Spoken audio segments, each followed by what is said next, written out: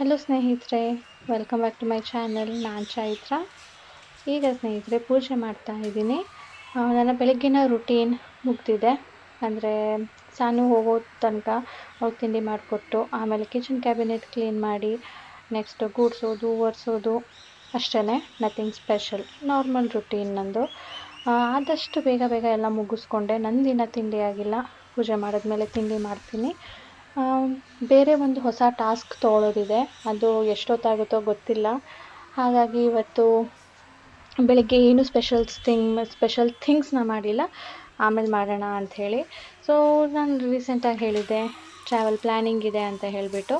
ಹಾಗಾಗಿ ಇವತ್ತು ಪ್ಯಾಕಿಂಗ್ ಮಾಡಬೇಕು. ಟ್ರಾವೆಲ್ ಮಾಡೋದು ನಾವು ನಾಳೆ. ಸೊ ಇವತ್ತು ಶುರು ಮಾಡಬೇಕು, ಹಾಗೆ ಇವತ್ತು ಎಂಡ್ ಕೂಡ ಮಾಡಬೇಕು. ಸೊ ಬನ್ನಿ ಸ್ನೇಹಿತರೆ, ಕೆಲವೊಂದು ಪ್ಯಾಕಿಂಗ್ ಟಿಪ್ಸನ್ನು ನಿಮ್ಮ ಜೊತೆ ಶೇರ್ ಮಾಡ್ತೀನಿ. ಹಾಗೆ ನಮ್ಮ ಇವತ್ತಿನ ದಿನ ಹೇಗೆ ಹೋಗುತ್ತೆ ಅಂತ ನಿಮ್ಮ ಜೊತೆ ಶೇರ್ ಮಾಡ್ತಾ ಹೋಗ್ತೀನಿ.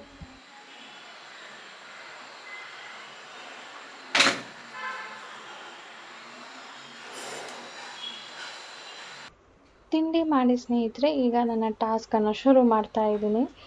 ಇದೆಲ್ಲ ನಾನು ನೆನ್ನೆ ಒಗ್ದಿದ್ದಂಥ ಬಟ್ಟೆಗಳು. ಅಂದರೆ ನಾನು ಎಲ್ಲಾದರೂ ಟ್ರಾವೆಲ್ ಮಾಡಬೇಕಾದ್ರೆ ಪ್ರತಿ ಒಂದು ಬಟ್ಟೆಯನ್ನು, ಅದು ಟವಲ್ ಆಗಿರ್ಬೋದು, ನ್ಯಾಪ್ಕಿನ್ ಆಗಿರ್ಬೋದು, ನಾವು ಹಾಕ್ಕೊಳ್ಳೋ ಬಟ್ಟೆ, ಹೊತ್ಕೊಳ್ಳೋ ಬಟ್ಟೆ ಎಲ್ಲನೂ ಒಂದ್ಸರಿ ವಾಶ್ ಮಾಡ್ತೀನಿ. ಹಾಗಾಗಿ ನೆನ್ನೆ ನನಗೆ ಏನೆಲ್ಲ ಬೇಕು ಅಂತ ಅನಿಸುತ್ತೋ ಅದನ್ನೆಲ್ಲ ಕೂಡ ನೆನ್ನೆ ಒಂದು ಬ್ಯಾಚ್ ವಾಶ್ ಮಾಡಿದ್ದೀನಿ. ಇವತ್ತು ಸೆಕೆಂಡ್ ಬ್ಯಾಚ್ ರೆಡಿಯಾಗಿದೆ.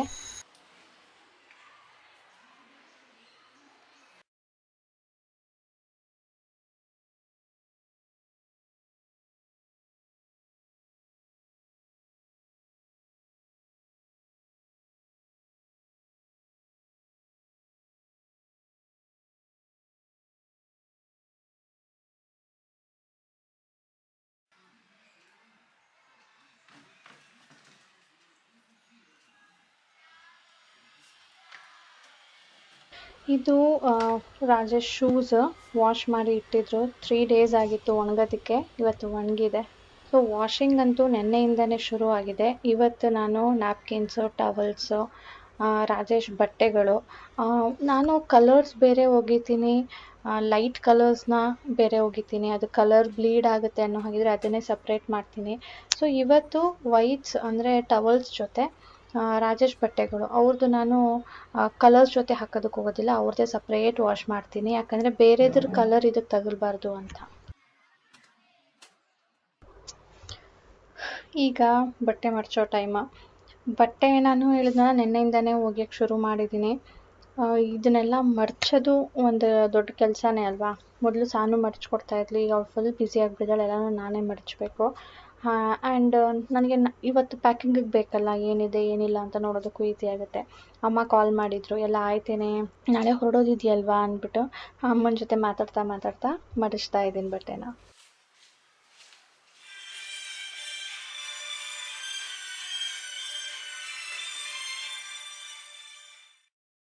ನನ್ನ ಬಟ್ಟೆಗಳನ್ನ ವಾರ್ಡ್ರೋಬಿಂದ ತೆಗೆದುಕೊಳ್ಳೋಣ, ಯಾವ್ದು ಹಾಕಬೇಕು ಯಾವುದಿಲ್ಲ ನೋಡೋಣ ಅಂತ ಹೇಳಿಬಿಟ್ಟು ಬಂದೆ ರೂಮ್ಗೆ. ಬಟ್ಟೆ ಎಲ್ಲ ಮಡಚಿ ಆಯಿತು. ಅದನ್ನು ಕೂಡ ಸೆಟ್ಲ್ ಮಾಡಬೇಕಿತ್ತು. ನನ್ನ ಫ್ರೆಂಡ್ದು ಕಾಲ್ ಬಂತು. ಯೂಶ್ವಲಿ ನನಗೆ ಮಾರ್ನಿಂಗ್ ಟೈಮ್ ಯಾರೂ ಕಾಲ್ ಮಾಡಲ್ಲ, ಯಾಕಂದರೆ ನಾನು ಬ್ಯುಸಿ ಇರ್ತೀನಿ ಅಂತ ಗೊತ್ತು. ಒಂದೊಂದು ಸಾರಿ ಬಂದರೂ ಕೂಡ ನಾನು ತುಂಬ ಬ್ಯುಸಿ ಇದ್ದರೆ ಕಾಲ್ ಬ್ಯಾಕ್ ಮಾಡ್ತೀನಿ ಆಮೇಲೆ ನಾನು ಫ್ರೀ ಆದಾಗ. ಬಟ್ ಈ ನನ್ನ ಫ್ರೆಂಡು ಅಪರೂಪಕ್ಕೆ ಮಾಡಿರೋದು, ನಾನು ಮಾಡಿದಾಗ ಎತ್ತೇ ಇರಲಿಲ್ಲ. ಹಾಗಾಗಿ ಇವತ್ತು ಮಾಡಿದಾಳಲ್ಲ ಅಂದ್ಬಿಟ್ಟು ಕಾನ್ವರ್ಸೇಷನ್ ಕಂಟಿನ್ಯೂ ಮಾಡ್ತಾ ಇದ್ದೀನಿ. ಇವತ್ತು ಬೆಳಿಗ್ಗೆ ಗುಡಿಸ್ಬೇಕಾದ್ರೆ ಕೂಡ ನಾನು ಬಟ್ಟೆಗಳನ್ನ ಎತ್ತಿ ಜೋಡಿಸ್ಲಿಲ್ಲ. ಯೂಶ್ವಲಿ ನಾನು ಗುಡಿಸೋ ಟೈಮಲ್ಲಿ ರೂಮ್ನೆಲ್ಲ ಕ್ಲೀನ್ ಮಾಡ್ಕೊಂಡು ಬಿಡ್ತೀನಿ. ಆದರೆ ಇವತ್ತು ಹೇಳಿದ್ನಲ್ಲ ಬಟ್ಟೆ ಪ್ಯಾಕಿಂಗ್ದು ಇತ್ತು ಪ್ರೋಗ್ರಾಮ್ ಅಂದ್ಬಿಟ್ಟು, ಅವಾಗ ಮಾಡ್ಕೊಳ್ಳೋಣ ಅಂತ ಹೇಳಿಬಿಟ್ಟು ಹಾಗಾಗಿ ಬಿಟ್ಟಿದ್ದೆ ರೂಮಲ್ಲಿ ಬಟ್ಟೆಗಳನ್ನ ಎಲ್ಲನೂ ಎತ್ತುತ್ತಾ ಇದ್ದೀನಿ. ಹಾಗೆ ಪ್ಯಾಕಿಂಗ್ ಕೂಡ ಮಾಡ್ಕೊಳ್ತೀನಿ. ನನ್ನ ಬಟ್ಟೆಗಳೆಲ್ಲ ತೆಗೆದಿಟ್ಕೊಂಡೆ ಸಾನುದು ಶುರು ಮಾಡಿದ್ದೆ. ಸಾನುದು ನಾನು 2 ವಾರ್ಡ್ರೋಬಲ್ಲಿ ಇಟ್ಟಿದ್ದೀನಿ. ನಂದರಲ್ಲೂ ಇಟ್ಟಿದ್ದೀನಿ, ಇದು ರಾಜೇಶಲ್ಲೂ ಕೂಡ ಇಟ್ಟಿದ್ದೀನಿ.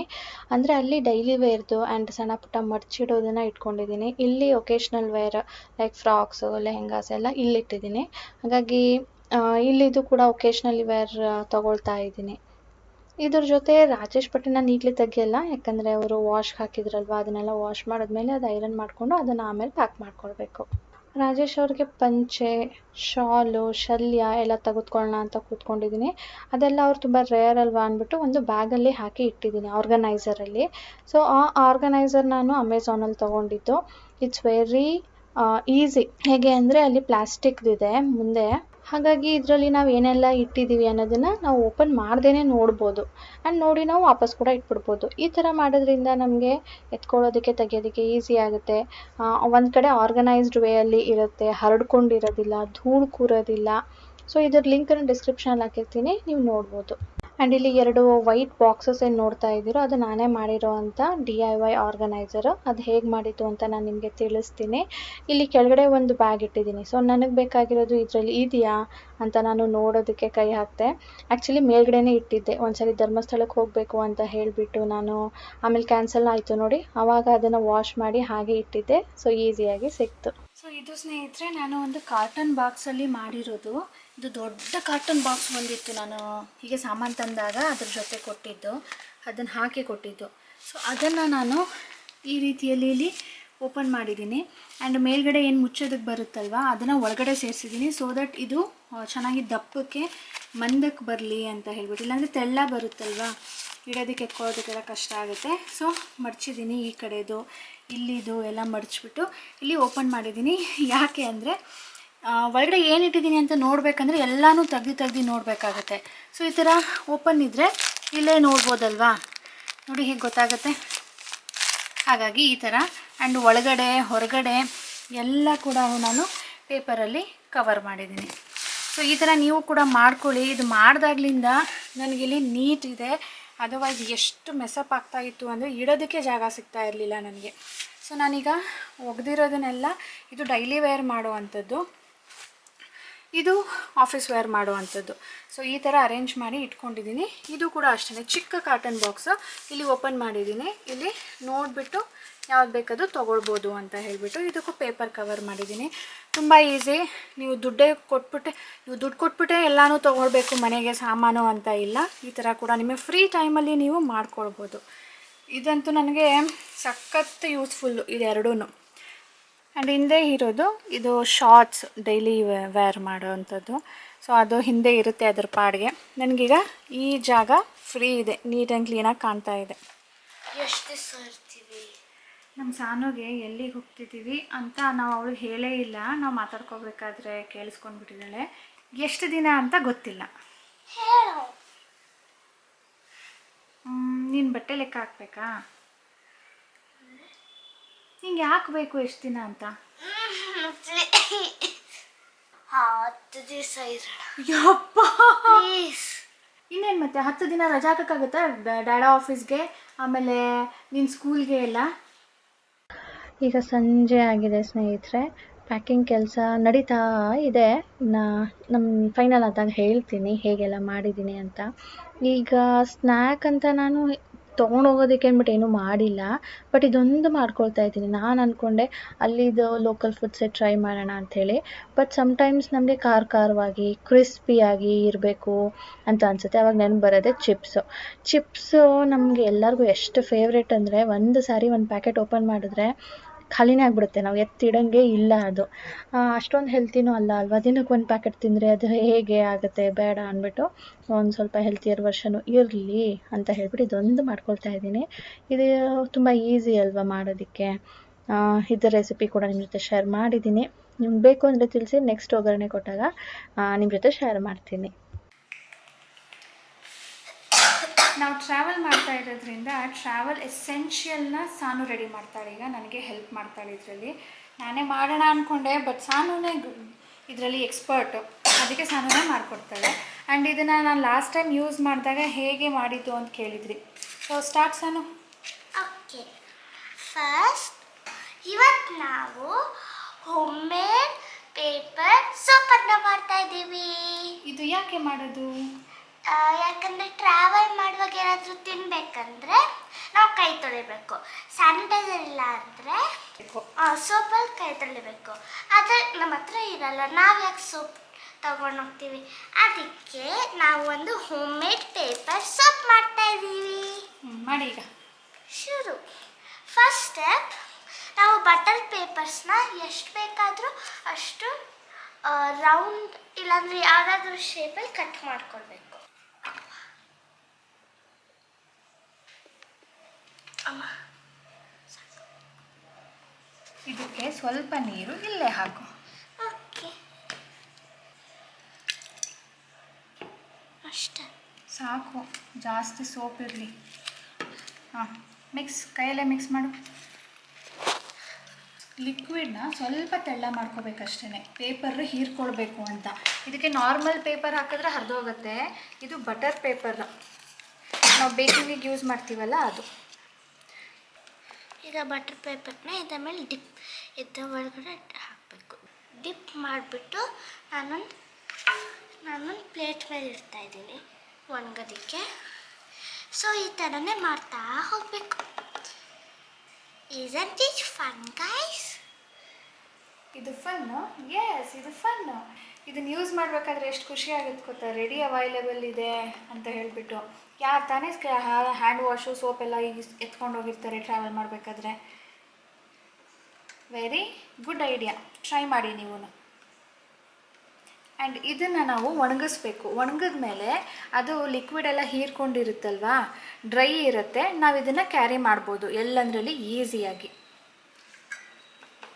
Thanks baby for trying this. ಈಗ ಮೆಡಿಸಿನ್ಸ್ ಪ್ಯಾಕಿಂಗ್ ಟೈಮ್.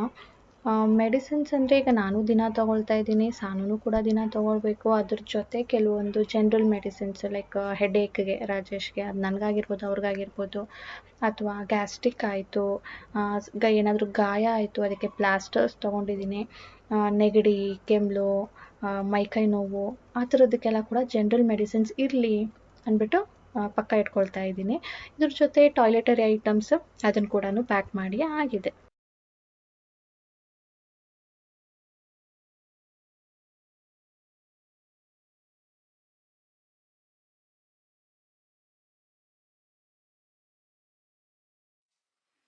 ಈಗ ಸ್ನೇಹಿತರೆ, ಬೆಳಗ್ಗೆಯಿಂದ ಏನೇನೆಲ್ಲ ಹಾಕ್ಕೊಳ್ಬೇಕು ಅಂತ ಯೋಚನೆ ಮಾಡಿ ಎಲ್ಲ ಪ್ಯಾಕಿಂಗ್ ಆಗಿದೆ. ಫೈನಲಾಗಿ ಬ್ಯಾಗ್ ಒಳಗಡೆ ಹಾಕ್ತಾಯಿದ್ದೀನಿ. ಅಂದರೆ ಪ್ಯಾಕಿಂಗ್ ಆಗಿದೆ ಅಂದರೆ ಹೇಗರ್ಥ, ಇವಾಗ ಸೂಟ್ಕೇಸ್ ತೆಗಿತಿದ್ದೀನಲ್ಲ ಅಂತ ನೀವು ಕೇಳೋದಾದರೆ, ನಾನು ಯಾವಾಗಲೂ ಒಂದೊಂದು ದಿನದ ಬಟ್ಟೆ, ಅಂದರೆ ನಾವೀಗ ಯಾವುದೋ ಒಂದು ಫಂಕ್ಷನ್ಗೆ ಅಟೆಂಡ್ ಆಗೋದಕ್ಕೆ ಹೋಗ್ತಾ ಇದ್ದೀವಿ ಅಂದರೂ ಕೂಡ ನಾನು ಹೀಗೇ ಆ ಒಕೇಶನ್ಗೆ ಏನು ಬಟ್ಟೆ ಬೇಕೋ ನಂದು ಸಾನೋದು ಎರಡನ್ನ ನಾನು ಒಂದು ಕವರಲ್ಲಿ ಹಾಕ್ಕೊಳ್ತೀನಿ.